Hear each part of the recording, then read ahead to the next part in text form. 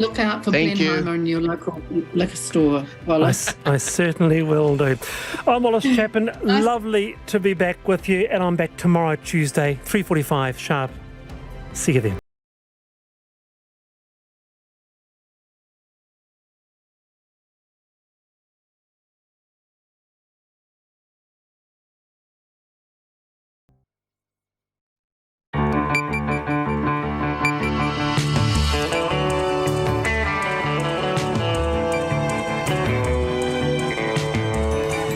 Whakarongo mai koe ki te reo irirangi o Aotearoa. This is Checkpoint on RNZ National. I'm Lisa Owen.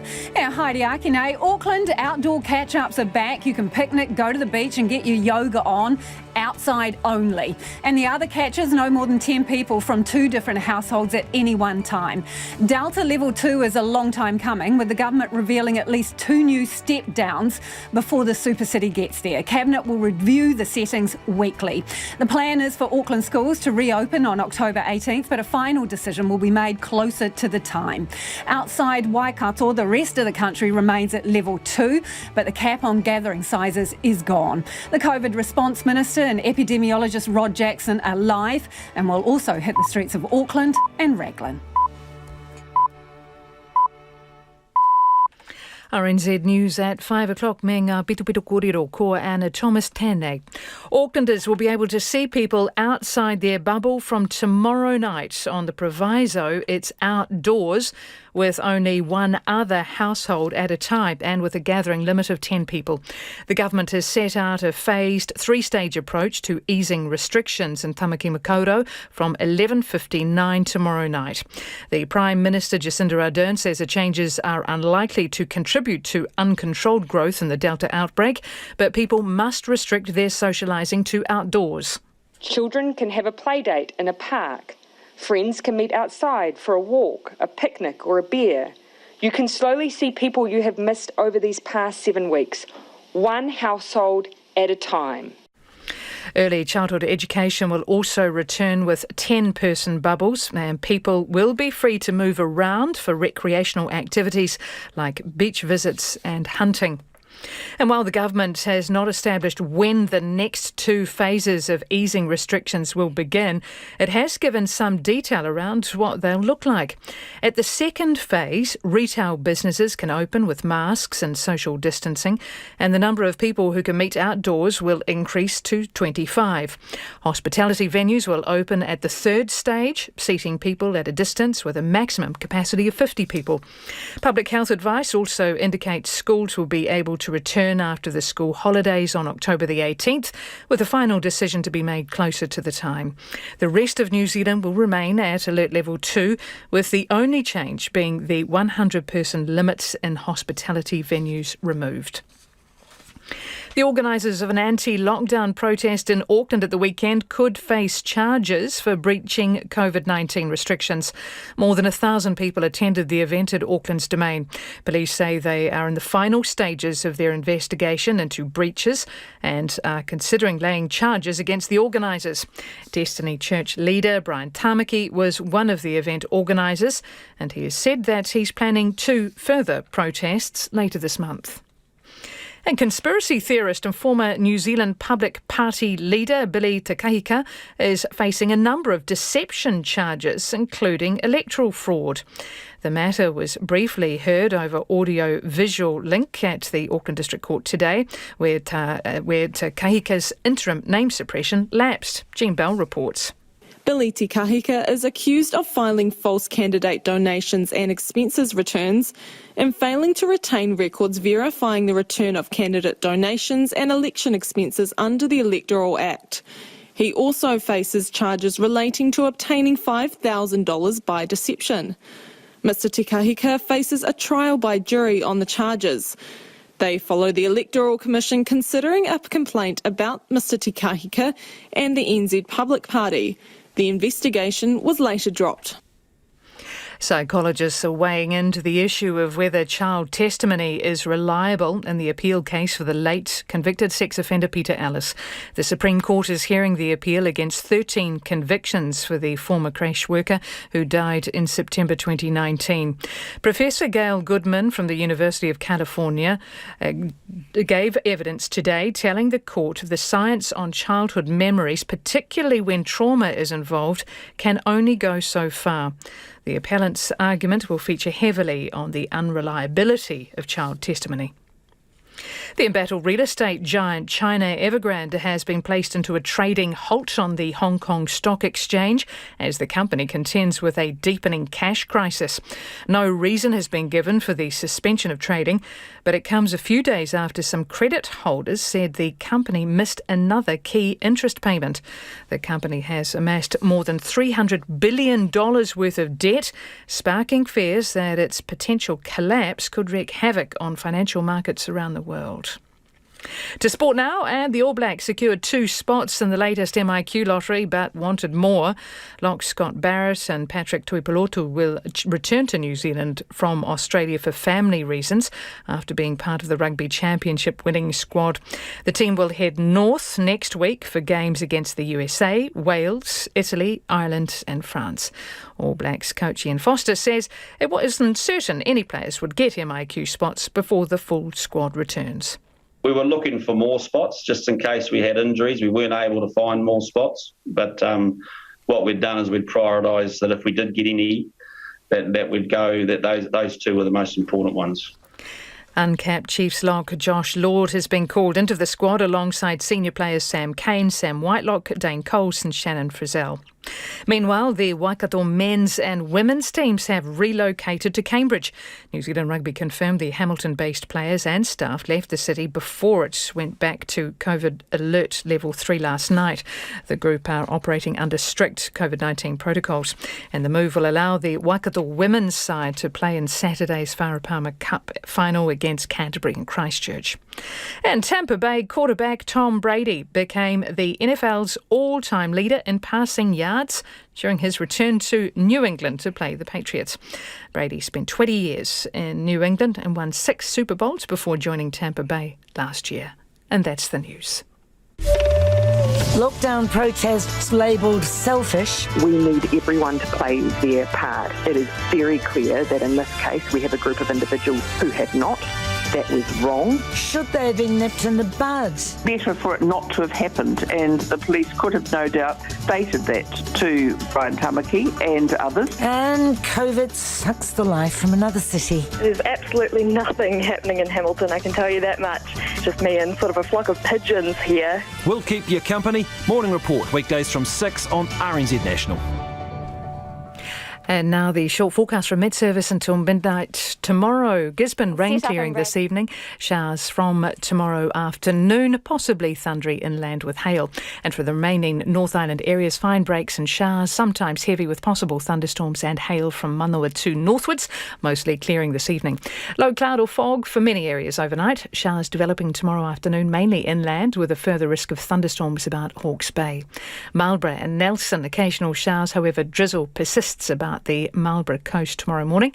Buller, Westland and Fiordland, occasional showers, low cloud tomorrow night. Canterbury, North Otago and Dunedin, occasional rain and low cloud. Retreating to Banks Peninsula tomorrow morning. Showers inland tomorrow afternoon and evening. Low cloud returning tomorrow night. Southern Lakes, Central Otago, Clutha and Southland, cloudy at times. Showers tomorrow afternoon and evening. And for the Chatham Islands, often cloudy. RNZ National, it is 5:07 and you're with Checkpoint and Lisa Owen. Thanks, Anna. Tēnā koutou katoa, no mai haere mai ki Checkpoint e tēnei rā, ko Lisa Owen tēnei. Aucklanders have been given a peek at what the road back to level 2 looks like, but it is a long road, and the government's warning it may need to pull the handbrake on at any moment. The science tells us COVID finds it hard to spread outdoors. So from midnight Tuesday, Aucklanders will be able to meet another household outside with a cap of no more than 10 people at any given time. Children can have a play date in a park. Friends can meet outside for a walk, a picnic or a beer. You can slowly see people you have missed over these past 7 weeks, one household at a time. But please, it may sound like the outdoor part isn't relevant, but it is in fact the most relevant part of all. Keep it outside. This part is absolutely fundamental to this change. The natural ventilation provided by being outside makes it hard for the virus to spread, which makes outdoor gatherings the safest option. Te Piramia Jacinda Ardern, Cabinet will review how that's going this time next week. Barring any nasty surprises, it'll roll out the next step. That will open the doors for retail. With masks, public pools and zoos will open and outdoor gatherings will increase to 25. The next step after that will allow hospitality to reopen, seated, separated and with a limit of 50 people. Step 3 will welcome back hairdressers with mask use and physical distancing. But there's no date for those last 2 steps and it'll be up to how things are tracking each week. Schools are earmarked to reopen at the start of term 4 on the 18th of October, but a final decision on that will be made closer to the time. As for the Auckland boundary, it's not going anywhere for now. The COVID-19 Response Minister Chris Hipkins joins me now. Kia ora, Minister. Can you start by clarifying this, I suppose we'll call it a bubble expansion. So 10 people at a time from one household, but you don't have to stick exclusively to a household, an additional household? So you can have up to 2 households and a maximum of 10 people. What we don't want to see, of course, is 10 households with 1 person each, because that creates a significant potential extra spread. But if it's 2 households, up to 10 people gathering outside, kids playing together, that's okay. That's at any one time, though, isn't it, Minister? So if I meet with one household in the morning with 10 people, once they've left, I can conceivably meet with another one and then another one after that, just as long as I space them apart. I think our message to people is, we're still asking you to minimise contact, but of course you will be the only people who will be able to know who you've been in contact with and who you've been meeting with. So, show some discretion there, but there, obviously it's impossible to enforce rules that say it can only be one household. So what's changed from last week to this week that allows you to mix with up to 10 people? But we have been working on, stepping down restrictions in Auckland in the context of the fact that we are unlikely to get back to 0 COVID-19 cases. So we are moving towards a different phase in our overall COVID-19 response as we get higher rates of vaccination and as we start to look at a different approach with higher vaccination rates throughout the country.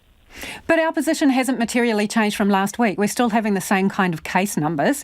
We're still sort of hovering around the 80-odd% mark for vaccinations. So could you have done this last week if you were more prepared? No, look, preparations have been underway for some time. If we look at internationally at countries that have stepped down well, they've stepped down slowly and consistently, and they've continued to sort of have a forward momentum. Those countries that have moved faster tend to have ended up sort of cycling backwards and forwards with their restrictions. So that is something that we would like to try and avoid here if we can. So, Minister, is this part of the official shift away from elimination to living with COVID? Well, what you'll see over the next few weeks is the government will set out more details about what COVID-19 restrictions and COVID-19 responses look like in a more highly vaccinated world and with a higher vaccination rate amongst the New Zealand population. And it will be different. We will see some cases of COVID-19 cropping up in the community. We will continue to respond with a zero tolerance approach to that, but we won't necessarily be reaching for those big levers that we have before of lockdowns and significant restrictions. So simply put, this is the shift from elimination to living with COVID then, isn't it? It is the start of a shift in approach, but certainly we're continuing to have a zero tolerance approach towards COVID-19, but the way we approach that will be a little different to the way it's looked in the past. So the government's outlined 2 additional steps to get down to alert level 2 as we know it, right? So will we step down automatically each time, or will it be dependent on what factors? Because you're going to look at it every week. Yeah, so we'll be looking at it every week. We will be looking to see, are we seeing significant surges in case numbers, for example? Are we seeing a shift in the overall profile of the cases? We are seeing a number of younger cases at the moment. If we were to see a sudden surge in cases amongst our older population, then that was something that we would certainly have to consider, because we know that COVID-19 amongst older the older population results in a greater degree of hospitalisation, for example. We will be looking at vaccination rates, not just in Auckland, but around the country. All of those sorts of things will come into play here. What official advice have you had about, realistically, how long it will take Auckland to step down to level 2? Look, it could be a matter of weeks, it could be longer. It really. So when Dr. Bloomfield says potentially 8 weeks, that takes us to the end of November. So that is potentially what we're looking at, Minister? Look, I don't want to put hard and fast timetables on it. It will take as long as it takes. We have drawn some markers in the ground, though. So unless something significant was to change in the next 2 weeks, we do expect that schools in Auckland will be back for term 4 at the end of the school holidays. And even if we haven't got all the way back down to the third step by then, we do expect that schools will be reopening. Just on the Raglan Waikato outbreak, genome testing has shown that it's connected to Auckland. How did it come through the border? What's the physical connection here? Don't know that yet, so that is obviously something that the team are continuing to pursue to find the likely chain of transmission. Given that the truck driver who was in Palmerston North and tested positive was not vaccinated, and that we also seem to have a leak over the border here, are you going to make it mandatory for people crossing back and forward over the Auckland boundary to be vaccinated? I think that given, we don't know how long that land border and that internal border is going to remain in place. So that would potentially be quite a difficult measure to put in place for what may eventually only be quite a short period of additional time. But my overall message is, look around the world, COVID-19 finds the unvaccinated pockets of the population, and that is where it does the greatest damage. So, to everyone who may not have been vaccinated yet and who is still thinking, oh, well, there's time, now is the time. Yeah, but you've opened up, right? You're allowing more contact. So you've given some carrot here, but there's no stick. So are you going to mandate vaccination in some other specific occupations? For example, those who have the privilege crossing the border, or even government workers, in order to get those vaccination rates up, which are dropping off? Well, not wanting to get COVID-19 is a pretty big incentive to get vaccinated and to continue to protect yourself and the people who you care about. And so, as it always has been, it is a very significant thing that people should be thinking about. In terms of extending vaccination requirements, I think we are likely to see more vaccination requirements in some key frontline roles, particularly in our health system. We will talk through what protective measures might be put in place around schools, for example, whether it's a vaccination requirement, a testing requirement, PPE requirements. Those things are all being worked through over the next week or so that when schools go back, we'll be able to provide some clear guidance on that. So, Minister, are you looking at mandating vaccination for teachers? It may be that if those who are not vaccinated need to be tested more frequently, for example, might be a requirement for unvaccinated people working in schools and working with young people who can't be vaccinated to be frequently tested. We'll work our way through those. We will talk to the sector about that, about the practical realities and all of those other things. But yes, we are looking at, we have to bear in mind that in schools, primary schools in particular, where kids can't be vaccinated at this point, they will be some of the highest concentrations of unvaccinated people in the country. So we do need to look at how we manage to minimise the risk in those kind of environments. Change and tack, Minister, if my hairdresser cuts my hair on the front lawn, is that allowable under this new mixing policy? That's certainly not the intention, no, Lisa. I know that Aucklanders are hanging out for their haircut. Hopefully not long to go. All right, appreciate your time. That is the COVID Response Minister Chris Hipkins. It is 17 minutes past 5 and you're with Checkpoint on RNZ National. Kia ora rā watu mo te whakarongo mai. E haere ake nei, coming up on the programme, we're in Raglan as businesses and locals deal with the step up to alert level 3. So a very small easing of restrictions in Auckland from midnight tomorrow. Our reporter Nick Trubridge joins us from the city. So Nick, how is the new plan going down with the punters? Yeah, Lisa, well, I'm standing just off Ponsonby Road. Ponsonby Road's just in front of me, and for those Aucklanders and outsiders who know Ponsonby Road, usually in normal times it is a bustling main street. You've got bars, you've got some of the best restaurants in the country. The last 7 or so weeks, however, well, more of a, let's call it Ponsonby Desert as opposed to Ponsonby Road. How's it going down? Well, we've spoken to a number of business owners along the street this afternoon. They are extremely excited about being able to open up, hopefully, under step 2 of this latest plan. Others looking forward to sharing, well, a quiet beer with close friends and loved ones. I think we're on the right track. It's just, we just got to wait and give more support to those that are in less fortunate situations and just sort of make it easier for them. So we go to them and make sure they get vaccinations, and that will happen. I think it's the right move. Yeah, personally. I actually haven't read the announcement yet. I was going to go home and look at the playback. But we got some grandparents who haven't seen the grandchildren in a while, so they'll be pretty happy to see that, obviously. I hate lockdown. They suck. I agree with it. I think it's good, but they suck. Yeah, I'm very keen to get out. So we're extremely excited to reopen the gallery and have our customers back. It has been quite difficult during this past lockdown. We do have a lot of foot traffic coming in and selling online, but it's just not the same to sell with the people inside. So we're extremely excited for that. Also, it'll be great just to see my friends again and just go out for picnics and beers, really. So that was reaction on the streets of Auckland, Nick, but the other issue that's come up is COVID cases that have been linked to Auckland hospitals. What can you tell us about that? Yeah, so we got this unfortunate news this morning, Lisa. A newborn baby at North Shore Hospital has tested positive for COVID-19. Now, the father of that baby has also subsequently tested positive for COVID-19 as well. Some staff involved in the care of that baby and involved in the hospital, in that area of the hospital, have also been stood down. Now, there's another hospital that is wrapped up in this latest outbreak, Auckland Hospital's neonatal unit. A parent connected to that unit has also been diagnosed with COVID-19. Now, currently there's a lot of testing going on, but the good news is that currently no one else linked to that unit has tested positive. Now, we asked a number of DHBs about this today, and we asked them whether visitors need to be vaccinated before visiting babies or others at the hospital. Now, most of those who came back told us it's not a question that they ask visitors, but they do ask visitors to wear a mask. Lisa. Thanks, Nick. Nick Truebridge live at Ponsonby there. Homai o whakaro.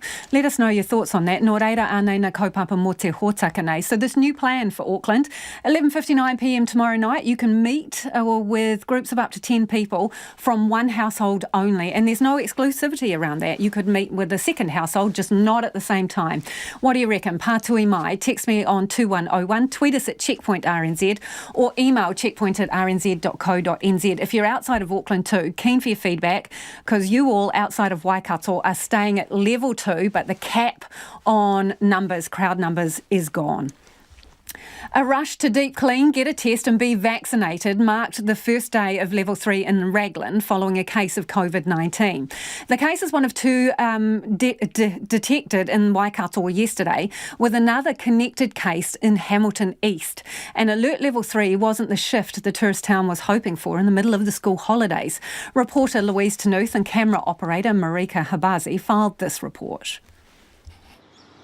The seaside town of Raglan waking up to level 3 this morning, a case in their community shutting things down once more. A pop-up testing station has been set up in Raglan to accommodate for locals that may have symptoms or for people that have visited the 3 locations of interest.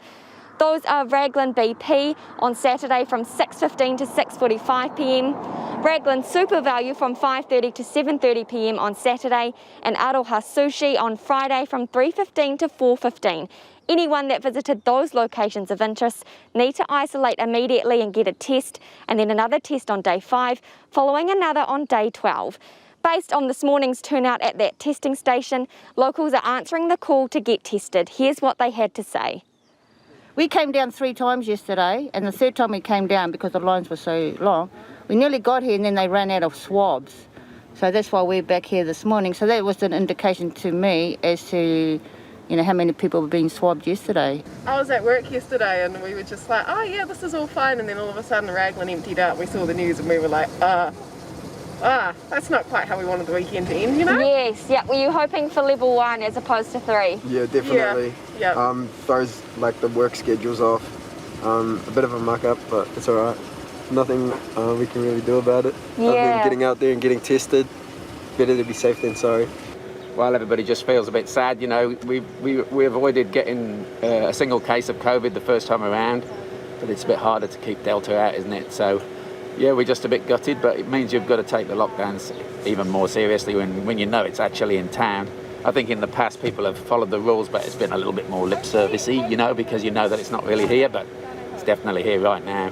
Sean works at the shop, and so we probably all have Rona. Oh, the super value, right, okay. So that must have been a bit of a shock getting that news. Yeah. Among the locations of interest is the BP service station on Main Road. Manager Barat says since the news they've been busy getting on top of things. Deep cleaning this morning, started around 4:30, finished around 7, and ready for open business. And a couple of staff going to self-isolation at the moment. As they're the only service station in town, it was scary news. This is usually their busiest time. It was pretty shocking. It's a small community, and we got a case here, and they are increasing at the moment. But to ours is essential business, and we have to keep going. But testing numbers aren't the only thing on the increase. Vaccination numbers are up after a pop-up vaccination centre was opened at Raglan Area School yesterday. Raglan Ward Councillor Lisa Thompson is thrilled at the numbers over the last 24 hours. Got through about 86 vaccinations yesterday, and then today we've been pretty constant, and we've probably had about almost 70 cars come through, so that's quite a lot of people. And what's been really cool is that it's a broad spectrum of our community, from young people through to families, through to older people. So it's been a fantastic turnout. The proof's in the pudding with all the people here, and it's so fantastic because we're getting a lot of different age groups coming through, and we're, Māori whānau coming through. It's just fantastic. This is my first jab, by the way. Yeah, that's it. Wow. What, you don't feel it? No, that was too easy. Marty White is getting his first dose today. He admits he's been hesitant, but this was the push he needed. When it's here and you know it's in the community, you just have to bite the bullet. I want to travel, and when America's going to open up its borders at the end of the year, and I want to start travelling again. I miss being able to go surfing and go snowboarding and travel the world. So if I want to do that, you've got no option really. The timing of Alert Level 3 has coincided with the first week of the school holidays. It's a worry for local workers and business owners like Dean Teddy, who owns George's Beach Club restaurant in the town centre. The 2-week holiday period boosts, the Raglan business in general, at least doubles it. And then obviously coming into the warmer summer months now too is it's all on the up and up. Like many other businesses, he's packing down and taking excess food home. Takeaways aren't viable without visitors. They'll have to wait till next week to see when they can get back to business as usual. It is 26 minutes past 5. Kia amo tonu mai. You're listening to Checkpoint on RNZ National. And if you were listening to that story on radio, we'll put that piece from Louise and Marika up on our Facebook page so you can check out the video. New Zealand Rugby has revealed 50 Hamilton-based players relocated to Cambridge last night before the city went back into lockdown. But the chief executive of Waikato Rugby is reassuring the public they have done things safely and within the rules. The men's and women's NPC teams are operating under strict COVID protocols at a facility in Cambridge, where they will remain until tests conducted yesterday come back negative. Waikato Rugby CEO Carl Moon says they were in immediate contact with NZR when the news broke yesterday of cases in the region. What it came down to really quickly was, can we do this within the rules and do it safely? Not just for our players and coaches, but also the community. So NZR have had a lot to do with the government in recent times around trying to support the 3 Auckland unions. So they've got really clear contacts there and really clear instruction from the government around what you can and can't do. So we've got some really clear protocols in place. We're sticking to those. The players and the coaching groups are all acutely aware of what those expectations are. The group are staying at the Podium Lodge just outside Cambridge. The two teams are using separate facilities and are separated from other guests. Moon says neither team will return to training or the gym until all receive negative COVID tests. They are isolating within their team. They were tested yesterday by our medical staff. We're just waiting on the results of that. They can't operate outside their group or associate with anybody until 100% sure that we're virus-free, and we can then get on with our training. Moon says he understands their move will raise some eyebrows, but wants to reassure those who have questions. I've already had plenty of contact from various people in the community that are asking questions about the decisions that we've made here. But, we have got some really rigorous processes in place, some really clear protocols. The playing group and the management groups, they're all acutely aware of what the expectations are. We're already at risk of losing 3 unions. If we lost another one, then we'd jeopardise the entire thing. So we try and do the best we can, and we understand that some people won't agree with that. The move will allow the Waikato women's side to play in Saturday's Farah Palmer Cup final against Canterbury in Christchurch. The Waikato MPC team have a bye this weekend, but Moon says it's possible the men's team may have to stay out of Hamilton for the rest of the NPC season. Homai o whakaro on that one. Let me know your feedback. Text me on 2101 or tweet us at Checkpoint RNZ.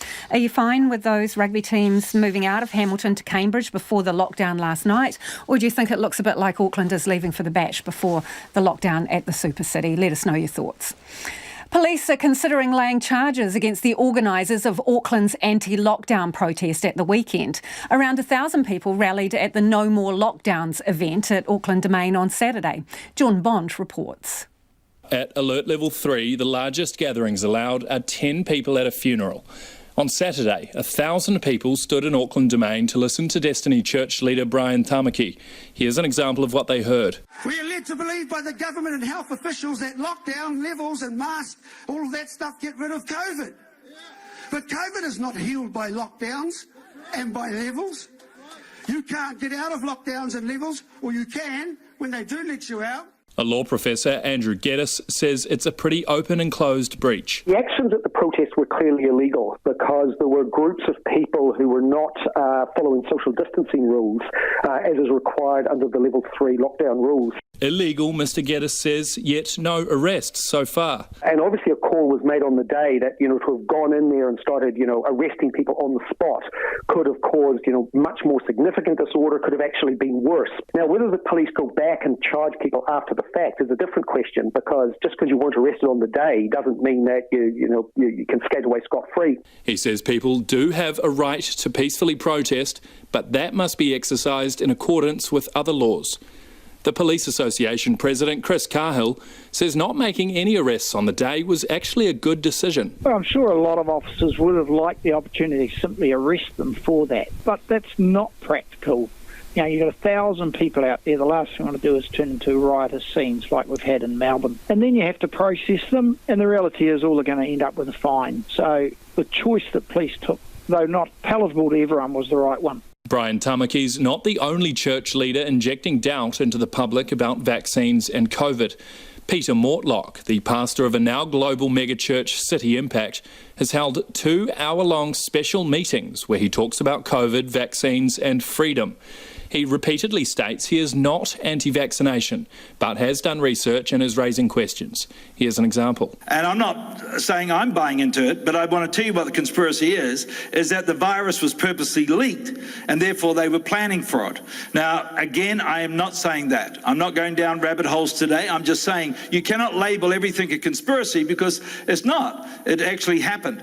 Who really knows what's going on in higher places? You'd be surprised what happens in government at high places. Journalist David Farrier has been highlighting Peter Mortlock's comments for some weeks now. And I'm quoting from his message here. He said, "I don't believe the government right now. I don't believe the media. I don't trust Big Pharma either. Why is that? Well, if I mention the name Bill Gates or George Soros or Anthony Fauci, and it's not about conspiracy, it's just about plain facts, right?" That's a direct quote, and that's the kind of stuff he's saying regularly. The police say they're in the final stages of their investigation into the Auckland Domain gathering. A spokesperson says it was a breach of Alert Level 3 restrictions and they're considering charging the organisers. They say they're disappointed at the large numbers and that organisers didn't follow through on the undertakings they'd made to police earlier in the week. That report from Jordan Bond.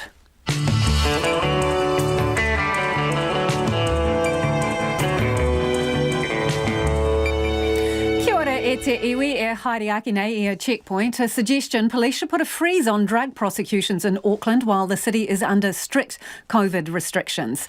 The truckie driving essential goods across Auckland's border wasn't vaccinated. Should it be mandatory if you are going across the boundary? And the All Blacks get 2 more spots in MIQ but wanted more. Homai o whakaaro, we'd love your feedback on anything you've heard on the program this evening. You can text us on 2101, you can tweet us at Checkpoint RNZ or email us checkpoint@rnz.co.nz. Anna Thomas, mena pita pita kōrero.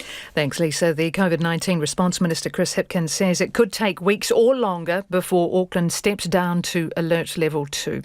The government has decided the city will remain in Alert Level 3 and the rest of the country in Level 2. However, a 3-step transition plan for Auckland will start from midnight tomorrow. In the first step, bubbles will be able to mix outdoors, but only 2 households and only 10 people can mingle at one time. Early childhood education will return this week, but the reopening of schools has been tentatively set for October the 18th after the school holidays. People can move around the city for recreation, such as going to the beach. At step 2, shops can open with precautions such as physical distancing and masks, and hospitality venues can open at step 3 with a limit of 50 people. The Auckland Mayor Phil Govt says the changes to restrictions are modest but will be welcomed by many as a low-risk way of being able to see family and friends. He says with significant numbers of new community cases, Aucklanders did not expect to move to Level 2. And there have been 29 new community cases of COVID-19 today. All are in Auckland except for 1 in Waikato.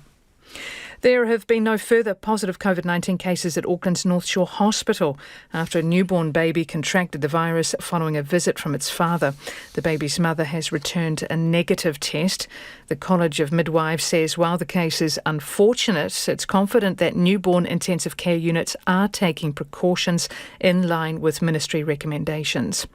And police are considering laying charges against the organisers of Saturday's anti-lockdown protest in Auckland Domain. More than 1,000 people attended the event. Meanwhile, conspiracy theorist and former New Zealand Public Party leader Te Kahika is facing a number of charges. They include filing a false candidate donations and expenses return and charges relating to obtaining $5,000 by deception. And that's the news. Kia ora rā e hoa, no mai hoki mai. This is Checkpoint, ko Lisa Owen tēnei. Ko taku hoa i nai nei, ko Nicholas Poynton is joining us for business today, I do believe. Nicholas, Infratil expands further into healthcare. What can you tell us? Yeah, hello Lisa. Yes, the infrastructure investor has been on a bit of a tear lately, focusing a lot of its acquisition attention on expanding into the healthcare sector. Today it's announced that it's poised to take a controlling stake in the medical diagnostics firm Auckland Radiology for up to $60 million. Some of the details about this have not yet been refined yet, so we'll find out what the exact price is sort of later in the month.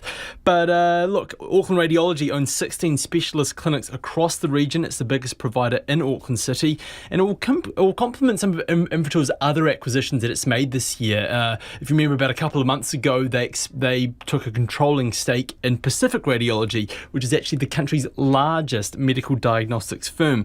And the thinking by Infratil here is that, Infratil, famed for its investments in airports, energy companies and telecommunications, is that the demand for healthcare is only going to increase in this country. We have an ageing population, which poses its own economic challenges, which we won't get into today, but as this population ages, so will the demand for health services. And given that, they say that this makes for a very attractive investment outlook for these types of firms. Also, that they note there's been a bit of a mindset shift amongst medical professionals as they're placing more emphasis, and also the government sort of slated to devote more investment to this, but more focus on sort of early detection of diseases, which is cheaper for the health system in the long run. So Infratil, they see a lot of upside here, so do investors. Share price up nearly 2% today to $8.24 per share.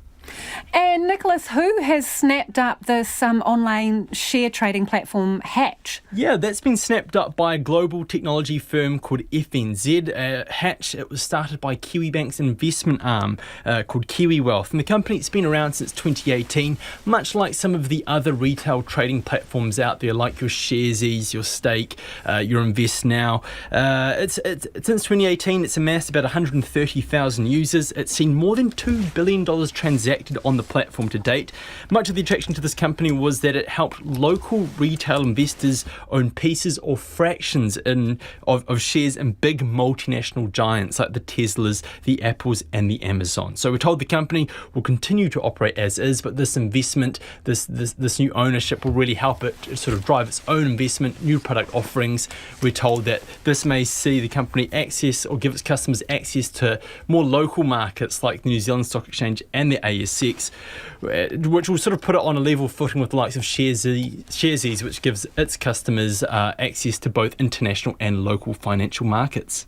Nicholas, let's take a hoon around the markets. Yeah, the NZX is up 58 points to 13,337.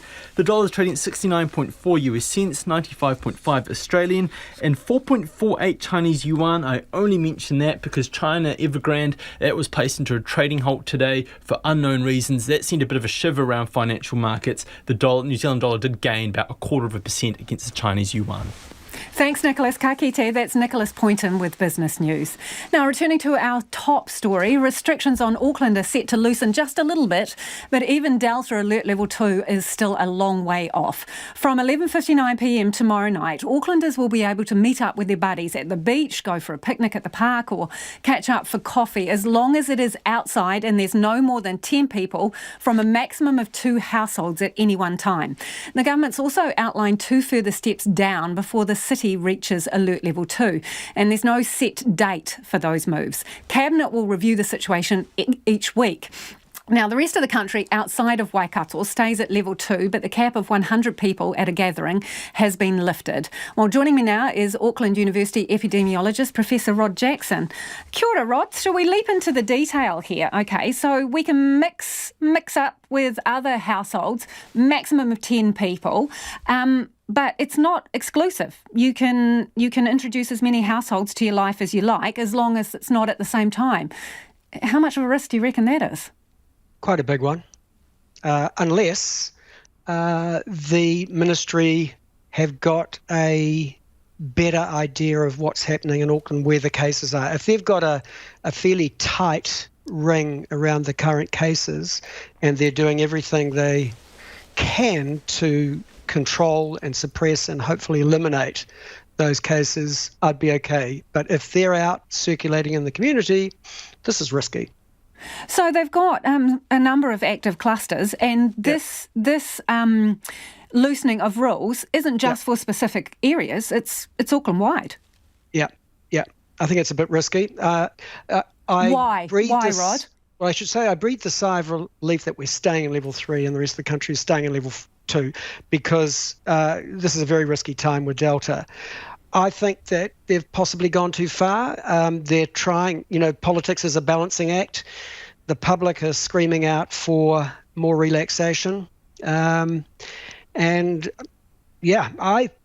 wouldn't have gone this far. I think they've gone too far. I think your point about maybe extending the bubbles a bit would be okay, but if it was with the same family. But the fact that you can have one bubble today and another bubble tomorrow, I think that's risky. Rod, do you look at this and think it's a political decision rather than a health one? Well, it's a balance. It's always a balance. Politicians have to balance their health with political. But I have to say the biggest problem by far with the announcement today is that they missed the most important roadmap, and that was the directions to the vaccination centre. I know I've said this before, but there is only one way out of Delta, and that's vaccination. And it has to be more than 90%. Singapore's at 91% of over 12-year-olds, and they're having 4 deaths a day in a major outbreak. We would actually double our number of deaths in a week if we were like Singapore. I think we have to go to 95, and I think we have to pull out the big guns to get there. No jab, Do you want to ask me, or shall I go ahead? No, well, I was just going to say to you, before you move on to your message, which I know, I kind of know what it's going to be, but let's have it again. But in terms of, are you saying that they have given all carrot and no stick here? Yeah. And so if they're going to do something more, you presented us with this idea on Friday, right? Which you said was give people a month to get vaccinated, or you start excluding them from the stuff that they like going to concerts and going to the mall and all the rest of it. But here's the thing, Rod, they've already opened the gates for people to meet up. So even your time frame of a month, is that too big a gap to get people vaccinated? Do we have to even shorten it? The shorter the better. The shorter the better. If we could do it in a couple of weeks, that would be good. I was putting a date on Labour Day. Everyone gets their first jab at least by Labour Day, and that means they'll have their second jab by the second week of December, and then they'll be safe for Christmas. But I would go further. I think no jab, no job. No jab, no fun. No flying. It seems crazy to me that Air New Zealand is only bringing it in on international flights. It has to be brought in on domestic flights. Makes no sense. If you're going to do it for international, you've got to do it for domestic. And it should be in December, as soon as we get the vaccination passport. As soon as every New Zealander gets the vaccination passport, we should be bringing in these sticks. Carrots for those who are vaccinated and no carrots for those who are not vaccinated. Okay, so we talk to a lot of businesses on this program, and most of them seem to be hedging their bets. They don't want to take the legal responsibility on. So is it the role of the government then to mandate vaccinations for certain professions? For example, in the US, if you're an employee of the government, then you have to get a jab. So we would be talking teachers, nurses, doctors, Radio New Zealand workers, TVNZ workers, police.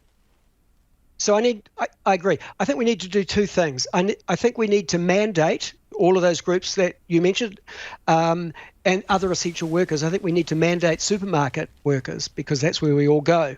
But I think, and Michael Barnett from the Auckland Business Chamber today said that unvaccinated New Zealanders are holding us to ransom. And he said over 90% of small businesses in Auckland were making this point, and they wanted the license from the government to go no jab, no job. And I see Leo Malloy, who's always outspoken, he's already stood up and said, no one's going to work in my restaurant if they're not jabbed, and no one is going to be a customer unless they're jabbed. So some people are sticking their necks out already.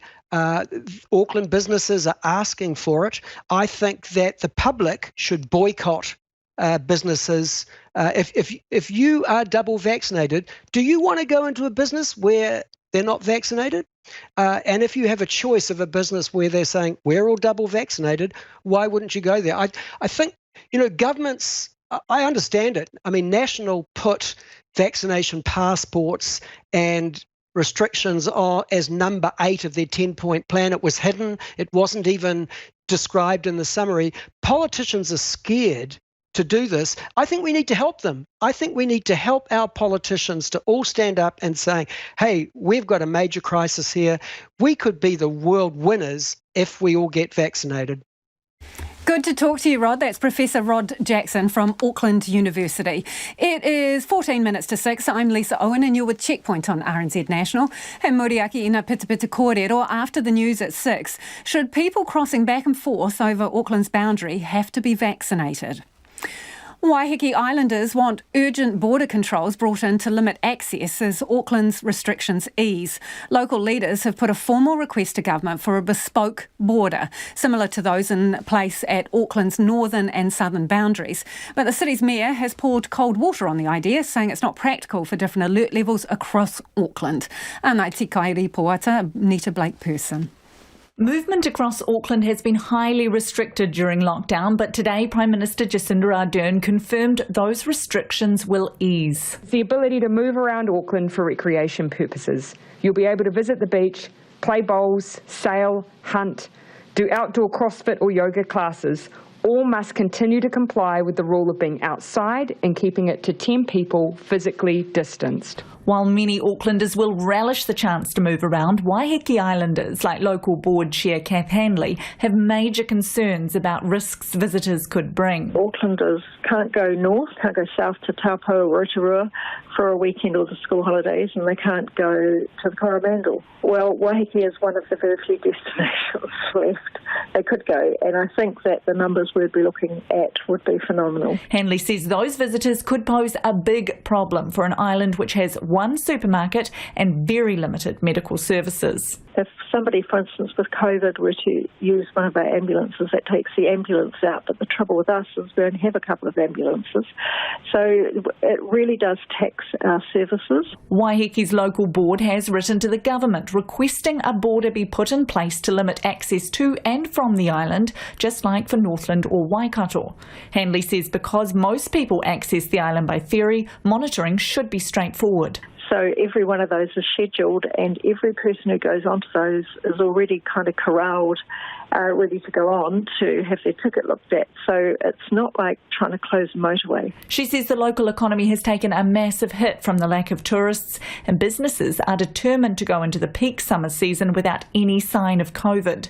It's a fear shared by residents of Aotea Great Barrier, which is also in Tamaki Makaurau's boundaries. The local board chair there, Izzy Fordham, says they haven't yet made a formal application about borders, but are nervous about Aucklanders returning. If a case were to get here, I don't know what the effect would be.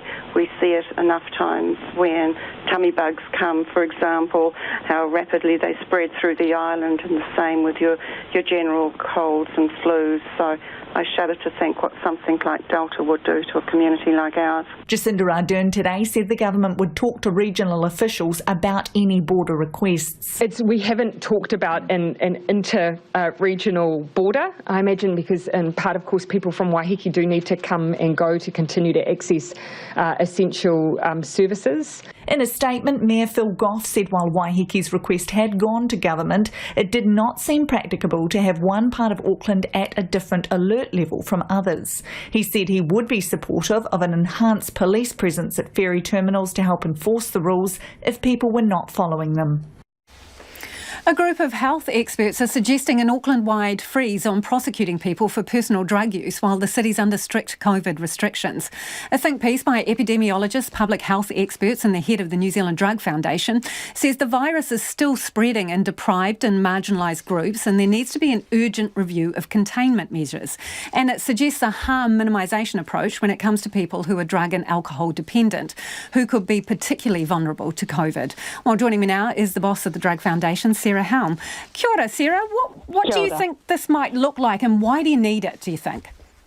Yeah, look, we definitely need an equity approach when it comes to vaccination and when it comes to testing and the entire response. So at the moment, we know that people who are in alcohol and drug treatment are the least vaccinated group in the country. Possibly even worse are people who are out there who aren't in treatment. So only 23% of them are fully vaccinated as of last week. So we definitely need to take a different approach. When we look at the prosecution issue, the police have discretion at the moment to not push forward with the prosecution. What do you want from them, and how do you think it would help us contain COVID if we were to have a temporary freeze on prosecuting for personal drug use? We need everyone to feel part of the team of 5 million. They need to be included and not afraid of getting tested, nor participating or cooperating in contact tracing.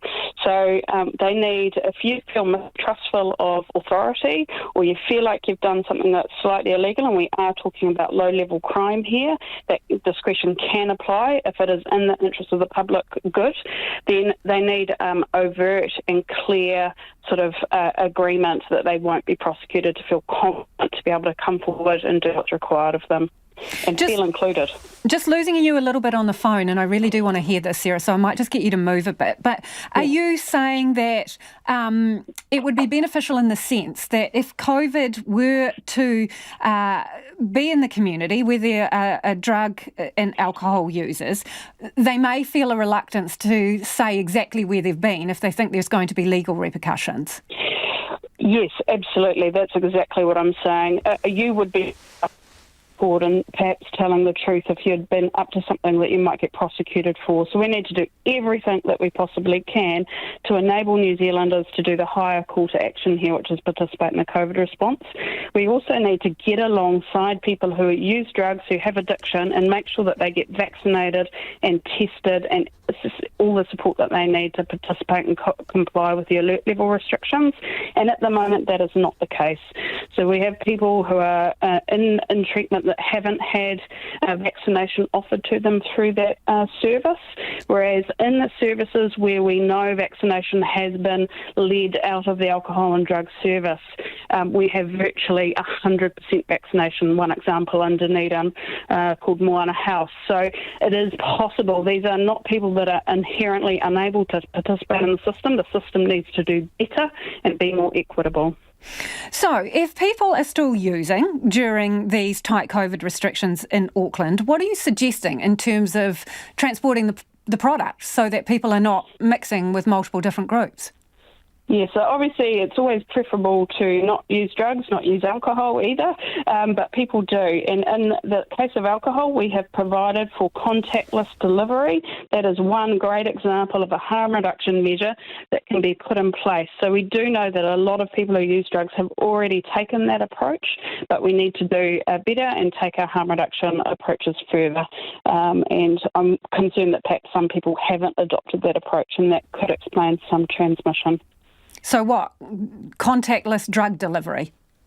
Contactless drug delivery, just like with your alcohol provision. And if you have an addiction, if you're experiencing addiction, then that's actually quite important. It's not just a trivial matter for some people. So we know that gangs are known suppliers of drugs. Should we be having a conversation with them, and who should have that conversation? We absolutely need to get alongside all community leaders who are representative of marginal communities, communities who feel like they're not part of society, because it is the failure of taking an equitable approach that has, undermined our ability to stamp out Delta. We need to do everything in our power to get alongside the people who are trusted members of communities, who represent those communities, and empower them and encourage them to help support people to shift towards either getting vaccinated, tested, doing whatever is required to successfully participate in the COVID response. Thanks for your time, Sarah. That's Sarah Helm from the Drug Foundation. The All Blacks secured 2 spots in the latest MIQ lottery, but wanted more. Locks Scott Barrett and Patrick Tuipulotu will return to New Zealand from Australia for family reasons. The rest of the squad have this week off in Australia before preparing to head north for games against USA, Wales, Italy, Ireland and France. The All Blacks already have 65 MIQ places at the end of the year, and All Blacks coach Ian Foster says it was never certain that any players would get an MIQ spot before the rest of the team returns from the tour. We were looking for more spots just in case we had injuries. We weren't able to find more spots, but what we'd done is we'd prioritised that if we did get any, that we'd go, that those 2 were the most important ones. 4 senior All Blacks, Sam Cane, Sam Whitelock, Dane Coles and Shannon Frizzell will join the squad in the Northern Hemisphere. An historic appeal into sex abuse convictions for the former creche worker Peter Ellis has begun today in the country's highest court. Ellis, who died 2 years ago, is appealing 13 counts of sex abuse for which he was convicted of in 1993. Emma Hatton was there. Peter Ellis worked at the Christchurch Civic Creche and was found guilty of 16 counts of sexual abuse in 1993. He appealed twice to the Court of Appeal. The first quashed 3 of his convictions and the second was dismissed in 1999.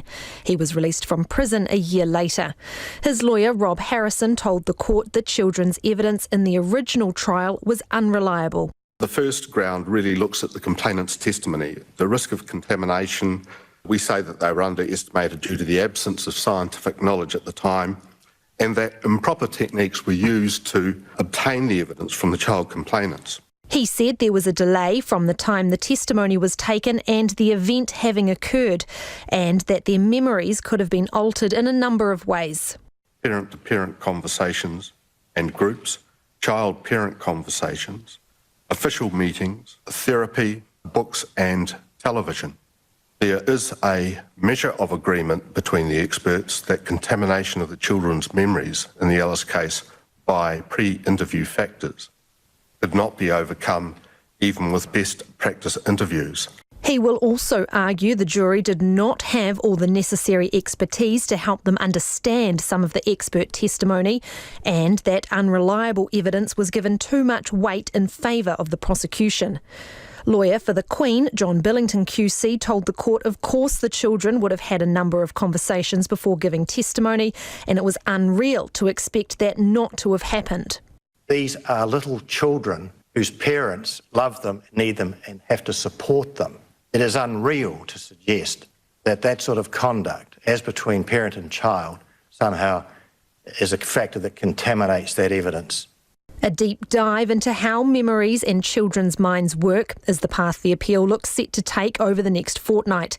The court heard today from a number of clinical psychologists outlining what was known about the minds of children, but also how difficult it was to gain insight into the effects on memory, particularly when trauma was involved. As Professor Gail Goodman explained, the science can only go so far. We can't expose children to sexual abuse to study the effects on memory. Nor can scientists ethically create false memories of child sexual abuse in children for the purposes of research. Psychological science is not that precise of a science. It is called a soft science. Memory expert Harleen Hain also gave evidence based on a recent study that cross-examination was likely to change children's minds from what they originally recounted. And with all due respect to all of the lawyers and the judges who are present today, the kinds of questions that children are asked during cross-examination are extraordinarily inappropriate, not because they're suggestive necessarily, but because they tend to be convoluted, complex, they have multiple double negatives, etc. However, she told the court the types of questions asked of the children in the Ellis trial were not as problematic as what her study tested. The appeal is set down for 2 weeks.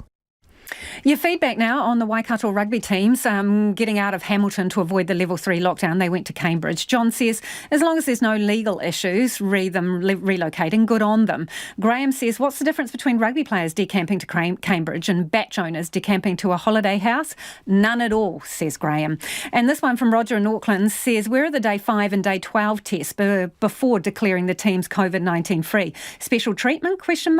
A good way to spread COVID-19 to Christchurch, where the women will play on Saturday. RNZ News at 6 o'clock. Kia ora, ko Anna Thomas tēnei. While Auckland will stay at level 3 for now, the Prime Minister's outlined a 3-phase loosening of restrictions, marking a move away from the elimination strategy. From midnight tomorrow, Aucklanders will be able to connect with people outside their bubble outdoors, with no more than 2 households and 10 people mingling at a time. Early childhood education will return as normal and people can move around for recreation. Here's our political editor, Jane Patterson. Schools should be able to return after the holiday break, with a final decision to be made closer to the time. The second step would open up more retail and public facilities, with the third moving to open hospitality venues with restrictions. There's no set time frame, but Cabinet will gauge the impact of each phase before moving to the next. The moves prompted widespread political condemnation, including from the Greens, who are accusing the government of abandoning the elimination strategy too early and risking the safety of vulnerable communities and children. The Prime Minister says elimination always had to be in place during the vaccination program, but once rates are high enough, other measures can be used. Opposition parties have criticised the government's plan to ease restrictions in Auckland. National leader Judith Collins says the government's incompetence has meant New Zealand is stuck in a lockdown limbo with no answers and no way out. She says the situation is very clearly out of control and worsening every day. ACT leader David Seymour says the government should give the public a proper plan and let Aucklanders know when the finish line is in sight. While the Green Party's co-leader Marama Davidson says now is not the time to change approach. And a leading epidemiologist says while he has breathed a sigh of relief, level 3 is still in place. He thinks the government has gone too far with the stepped transition and it's too risky. Professor Rod Jackson told Checkpoint the government had missed the most important step in the roadmap, and that was continuing to push for more people getting vaccinated. The organisers of an anti-lockdown protest in Auckland at the weekend could face charges for breaching COVID-19 restrictions. More than 1,000 people attended the event at Auckland's Domain. Jordan Bond reports. Brian Tamaki, the Destiny Church leader, spoke at the protest and said there'd be 2 more similar events. In a media release advertising the event, he called the Prime Minister Jacinda Ardern a criminal and wants all restrictions to cease. A law professor, Andrew Geddes, says people at the event clearly broke the Alert Level 3 restrictions, which limit gatherings to 10 people. Police say they are in the final stages of their investigation into breaches and are considering laying charges against the organisers. And 3 more people have been charged for breaching Alert Level 3 restrictions. That brings the total number of people charged since Alert Level 3 came into force to 11. Meanwhile, 143 vehicles were turned around at the Auckland boundary checkpoints yesterday. 13 heavy vehicles were turned around trying to leave the city. There have been no further positive COVID-19 cases at Auckland's North Shore Hospital after a newborn baby contracted the virus following a visit from its father. The baby's mother has returned a negative test. The College of Midwives says while the case is unfortunate, it's confident that newborn intensive care units are taking all the right precautions in line with ministry recommendations. And there are 29 new cases of COVID-19 in the community today and 2 in managed isolation. Of the community cases, 28 are in Auckland and 1 is in Waikato, parts of which moved into Alert Level 3 last night following the discovery of 2 cases in the region yesterday. Across the Tasman, Victoria has recorded 1,377 new community cases of COVID-19 and 4 deaths. Meanwhile, cases in New South Wales have continued to drop, with the state recording 623 new community infections, but a further 6 deaths. 67% of residents aged 16 and over in the state are now fully vaccinated, and restrictions will ease for people who are double-dosed at 70%. A former Facebook employee has revealed she is the whistleblower who leaked thousands of pages of internal documents to the Wall Street Journal. Frances Haugen, the former Facebook product manager, told 60 Minutes that the company had conflicts of interest between what was good for the firm and what was good for the public. You have your phone. You might see only 100 pieces of content, but Facebook has thousands of options it could show you. One of the consequences of how Facebook is picking out that content today is that it is optimizing for content that gets engagement or reaction. But its own research is showing that content that is hateful, that is divisive, that is polarizing, it's easier to inspire people to anger than it is to other emotions. And Congress is due to hear Ms. Haugen's testimony this week. To sport now, and the All Blacks are hoping to bend the rules to give captain Sam Cane some game time this weekend. Cane's NPC side Bay of Plenty don't have a scheduled game this week. All Blacks coach Ian Foster says they're trying to find a heartland side Cane can play for ahead of his departure to rejoin the national team in the United States. Meanwhile, the chief executive of Waikato Rugby is reassuring the public they've done things safely and within the rules in moving their men's and women's teams out of Hamilton. 50 Hamilton-based players and staff relocated to Cambridge last night, just before Hamilton went back into COVID Alert Level 3. Waikato Rugby CEO Carl Moon says they were in immediate contact with NZR when the news broke yesterday.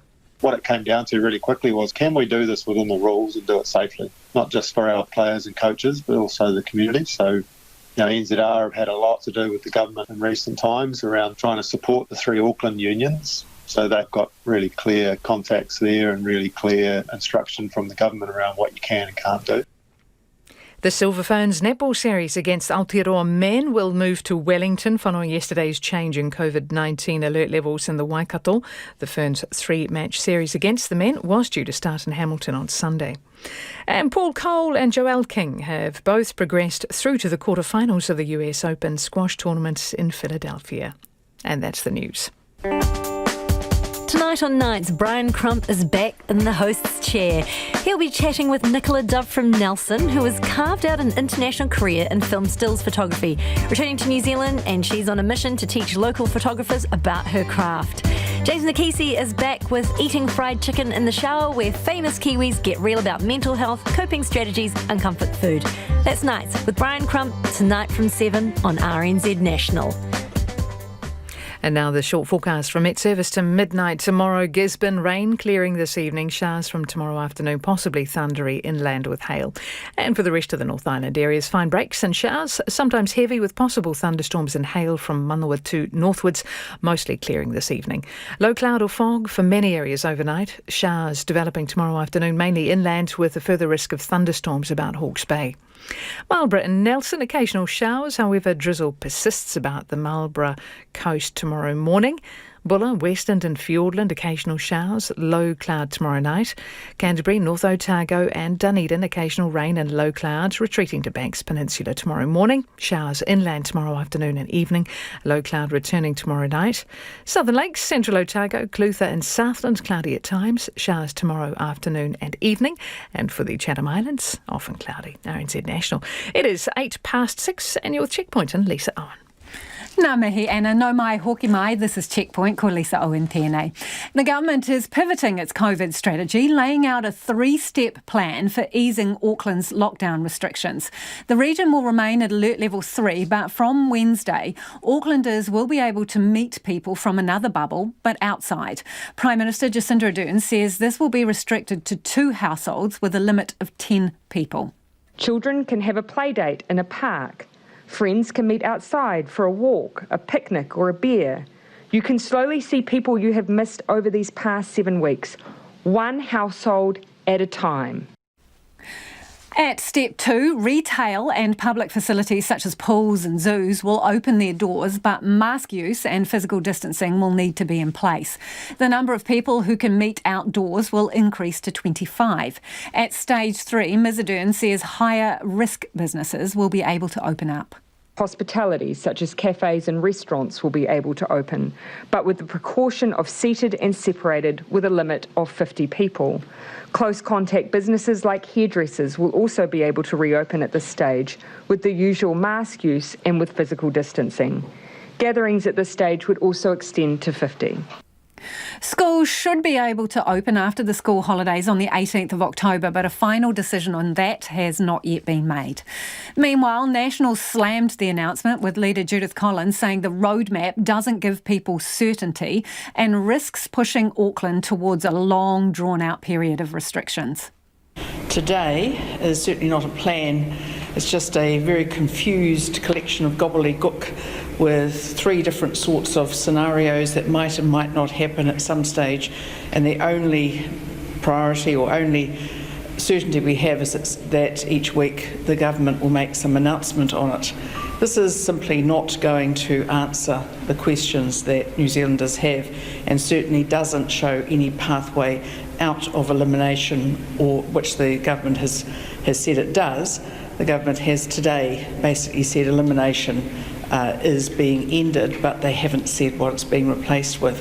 So there's no sign that there's any let up on their ban on the rapid antigen testing, which is absolutely crucial for any safe operation of borders between Auckland and elsewhere.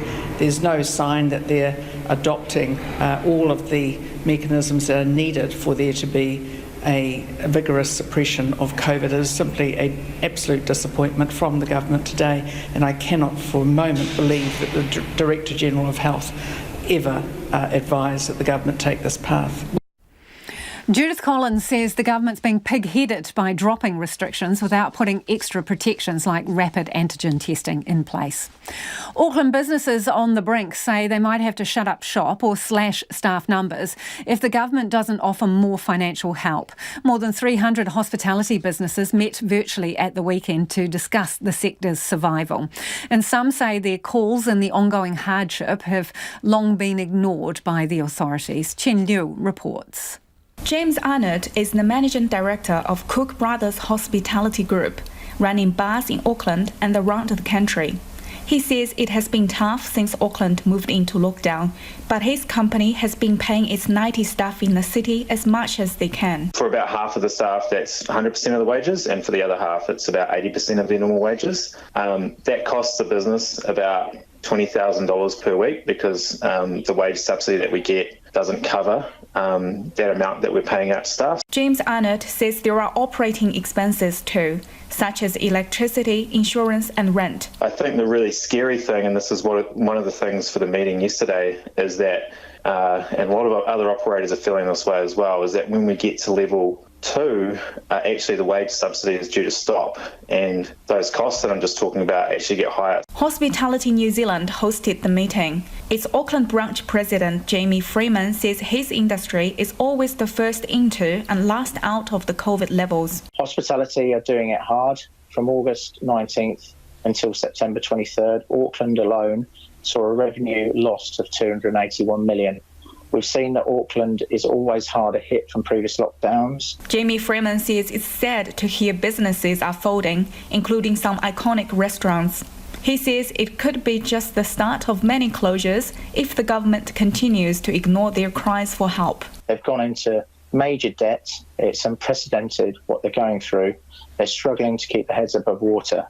The key points for government to listen to would be to provide the wage subsidy for staff of hospitality businesses at level 2 and make resurgence payments available weekly or bi-weekly tied to revenue levels. Viv Beck, Chief Executive of business group Heart of the City, echoes that call. She says the city centre generates 1/5 of Auckland's GDP and has lost $134 million in consumer spending since the start of level 4 lockdown in August, an average of more than $100,000 per business. Apart from the wage subsidy at level 2 and more frequent resurgence payments, Ms. Beck also wants access to low-cost and easy-to-repay money. She says an integrated plan is needed. A very clear pathway ahead that covers a whole range of things that are affecting businesses right now, whether it's MIQ, whether it's vaccination, whether it's access to capital, digital development, the way the border works around Auckland. There's a whole lot of things that are adding a lot of challenge to businesses. Viv Beck says a survey shows 80% businesses are supportive of a no jab, no job policy, and there is a growing call to require customers to be vaccinated too. But operators aren't sure what to do. What they're really looking for is some guidelines or mandate or whatever it needs to be to allow them to do that without facing legal risks. Amotai represents 800 Māori and Pasifika businesses around the country. Its general manager Ariana Paul says these businesses are disproportionately hit by lockdowns. She says many are small or medium-sized and their low reserves have dried up. There are no reserves. They are looking into, what their own personal equity that they have remaining, and whether the decision that they have to make is, are we going to put our, mortgage our own homes to get through this lockdown? Ariana Paul says calls from various business groups in Auckland are not being heeded. There are solutions here in Tamaki Makaurau, but they just don't seem to be getting down to Wellington, and that's where, we've really felt it, is that we almost feel like we're invisible. Hospitality opens at step 3 of the government's new Auckland roadmap. It is 6:15 and you're with Checkpoint on RNZ National. The government's made it clear without more vaccinations, lockdowns are here to stay. Over the weekend, COVID cases popped up in Waikato as Delta jumped the Auckland boundary. So should essential workers be allowed to cross the Auckland border if they're not vaccinated? Main Freight Managing Director Don Braid joins me now. Kia ora, Don. Hi, Lisa. Should we start with that question? What do you think? Should essential workers be able to go back and forward over the border if they are not vaccinated? Auckland's border. We're trying to encourage every single one of our drivers to be vaccinated across the country, and that includes those that are crossing the border on a daily basis. So is this one of your drivers? No. Okay. So what if a worker is unvaccinated and their route would take them out of Auckland? Do you let them do it?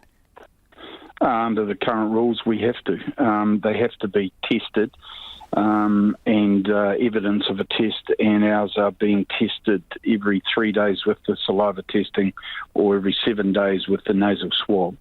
At the moment, our total driving fleet here, or total drivers in New Zealand, is about 1,167, and we've got 82% of those vaccinated. The balance still to be done. Tell us a little bit about the balance then. So you're 18%. What's standing in the way for them? Their choice. Really, we've done as much as we possibly can and continue to try and encourage them to be vaccinated. We've got customers saying to us that if a driver isn't vaccinated, they're not welcome on site. So at every turn, we're pushing to get them vaccinated. We're not mandated. It's not mandatory at this point. And however we can, we encourage the vaccination. Have you taken any legal advice on that? Is that something you're looking at, making it mandatory for workers to be vaxxed? Yeah, we're close. But at this point in time, we're not mandated to do that by the law of the land, and we're likely to encounter all sorts of issues with it. So it was one of the reasons why we got involved in the early stages of the workplace vaccination scheme, to try and encourage our people to be vaccinated, to be on the front foot, to give them that opportunity. And I think we've been relatively successful and probably mirror the same sort of numbers as what we've got vaccinations around the country. But it's that last little push that we're missing right now. Would you support the government mandating vaccinations? Yes. How much easier would that make your life? Well, any new employee, they can't start with us unless they're vaccinated. But it's those that are already with us. We don't have the legal position to be able to do that. So that would make our job easier, of course. In terms of those who are not taking up the opportunity, that 18%, you said that some people, they don't want unvaccinated workers delivering to their sites. Do you see over time that for those workers it will eventually become untenable, or what do you think will happen? If we go by our experiences offshore, our businesses in Europe, a normal social environment means you have to be vaccinated. If you want to travel by plane or by train, or if you want to go to a restaurant or a bar, you need to be vaccinated. That sort of pressure will eventually get everyone across the line, hopefully. We're just talking with our US people today, and if you get COVID and are vaccinated, sick leave is applied, but under a new government rule effective from the 1st of October, if you're unvaccinated, there is no sick leave if you catch COVID. Right. So the other thing that you're doing that other companies are potentially not is you're doing extra tests, right? You mentioned the saliva test. Yes. So are those rapid antigen tests, or are they... No, under the law of the land, you can't import antigen test units here in New Zealand yet. So we've applied the saliva testing. We've used RACO and are using APHG, which is the government testing body, and our guys are going through those saliva tests on a regular basis, every 3 days, I think. Would it be helpful, do you think, to have rapid antigen tests available at the crossing? The Auckland border. Absolutely. We use them in Australia now. We had one positive case in the office in our Melbourne site, and for a week currently, everybody before they enter the site have a rapid antigen test. Out of those tests, we picked up 4 positives, and they are immediately sent away for a PCR test, and it allows us to continue to operate. So, Don, in a perfect world, what would you be saying to the government about the requirements to cross over that Auckland boundary? What do you think they should be, if you could have your way? Everyone vaccinated and regular testing. And by that, do you mean rapid testing at the border as well as surveillance testing? I don't think it has to be rapid testing at the border. You allow the businesses to get on and make those choices and allow them to have the equipment to do that. Good to talk to you, Don. That's Don Braid, who is the Main Freight Managing Director. Now, meanwhile, Prime Minister Jacinda Ardern announced today the South Island will remain in Alert Level 2, but there has been some reprieve with a slight easing of restrictions for hospitality businesses. Samantha G explains. Almost a month after moving down to Alert Level 2, many South Island businesses are holding out for a level change. Today's announcement means there will no longer be a cap on the number of people at hospitality businesses and venues, but people will still need to be seated and separated at bars and restaurants, and social gatherings will remain limited to 100 people. I know it's frustrating for communities such as those in the South Island that have not had a COVID case for a very long time, but it's important to remember that the reason there have not been cases is the careful and cautious approach we've taken, and we don't want to risk unnecessary lockdowns. Hospitality NZ Nelson Branch President Ian Williams says it's been hard for cafes, restaurants and bars to break even under the current restrictions, with many simply bleeding money. The longer this goes on, obviously, the more money we lose. So it's pretty devastating to not have this lifted now. And I'm not really sure that I can see the justification for not dropping us to level 1. While people were being careful and taking precautions, he says it's been hard work for staff who were constantly in masks and having to enforce the rules. He'd spoken to a number of hospitality outlets, some he was unsure would survive much longer, at level 2. We are still knocking on the government door day after day, looking for a specific hospitality sector support from the government, and that is not forthcoming. And I think the other thing that we want to pursue probably is trying to get some commercial rates relief from local government. Canterbury Employers Chamber of Commerce Chief Executive Leanne Watson says remaining in level 2 was certainly a bit of a blow, but wasn't unexpected. I do think it is a really stark reminder of just how challenging this COVID environment is.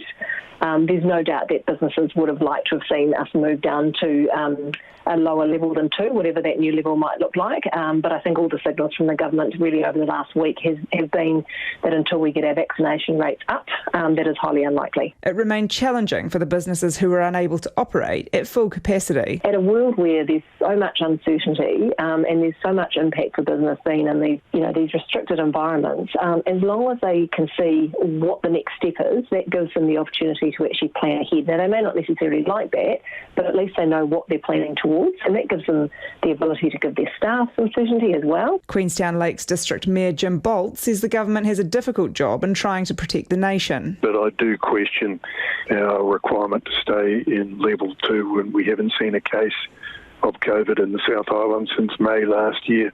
Is to the stage where business is suffering badly, people are losing jobs, and I'd love to see some further freedoms. He says there would come a point in time where we had to get on with life, which he thinks should happen sooner rather than later. Some of you getting in touch about our interview just before with Don Braid from Mainfreight. This is about drivers and other essential workers going back and forward over the border and whether they should be vaccinated. A case of a truckie over the weekend positive for COVID was not vaccinated crossing the border. This person says if people frequently crossing the Auckland border don't have to be vaccinated, what is the point in having a border? Good point. And someone else has said all essential workers crossing the COVID border should have to be fully vaccinated unless there is a legitimate health reason for an exemption. And flyers, international and domestic, should also have to be vaccinated. Get on with it, people, they say. The sooner you do it, the sooner we'll be able to get on with our everyday lives. At a 70-year-old becoming increasingly impatient with those dragging their heels and spouting their rights regarding vaccinations. Thank you very much, 70-year-old becoming increasingly impatient. We appreciate your feedback. Residents in Lake Ohau are rebuilding their lives and homes while slowly restoring the scorched landscape after last year's devastating fire. Today marks 1 year since fire tore through the remote Mackenzie Basin community, destroying or damaging about half of the homes. Our reporter Tess Brunton is in Lake Ohau and filed this report. Surviving homes and new builds are slowly filling the empty sections in Lake Ohau village, with blackened tree stumps a stark contrast to nearby blossoming trees. Louis Campbell says residents are resolved to rebuild the community, but the fire has taken its toll. Some say they feel they don't belong in the village until they've rebuilt, and others have said that they feel disconnected because they weren't here on the night of the fire and they still lost their house. And one or two in the village who remained here have felt a bit isolated. But there is a resolve for people to come back, and alongside that resolve is dealing with the issues of coping with the aftermath. He's proud of how the community confronted such an awful time by coming together and stepping up. It's that resolve that's brought him comfort over the past year. I think that came at a cost too. I think the fire brought in a tension into the village, and it's remained long after the flames were extinguished. And that tension can continue, and then at times you can feel like, something's got to give. He hopes those struggling or feeling isolated will reach out and ask for help.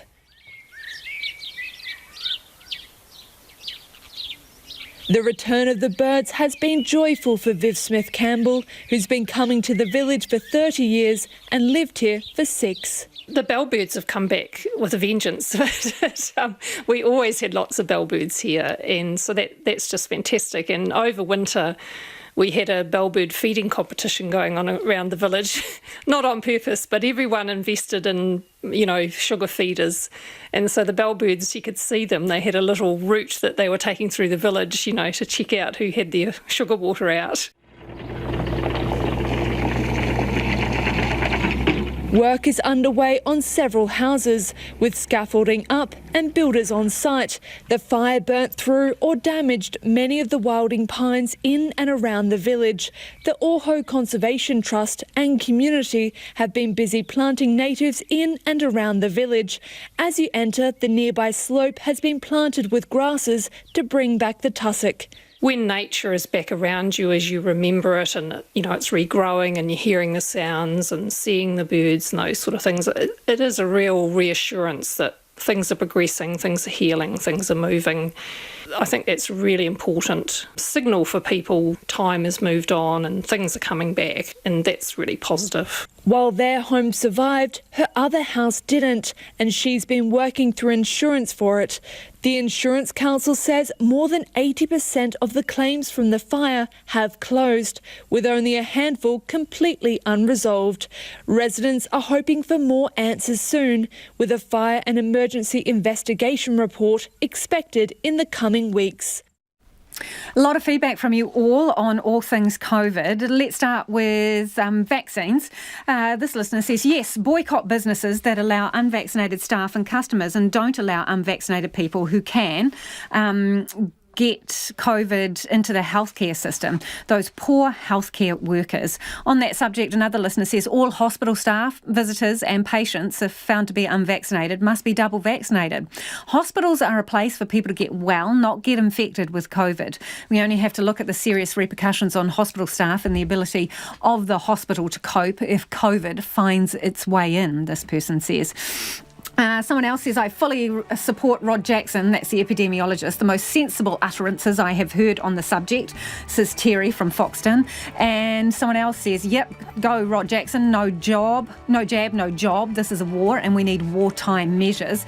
On Judith Collins, this person says, I suspect that Judith Collins is as grateful as most New Zealanders that she is not the one making all the decisions. That's all we've got time for. Ko te kaupapa tuatahi o pōpō. Tune in tomorrow at 5 a.m. The MIQ lobby opens up again tomorrow, and first up we'll look at a loophole that doubles your chances of getting a voucher.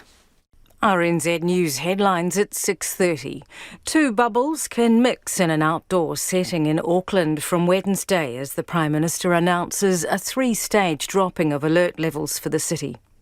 Early childhood education will return this week, and the reopening of schools has been tentatively set for October the 18th. The COVID-19 response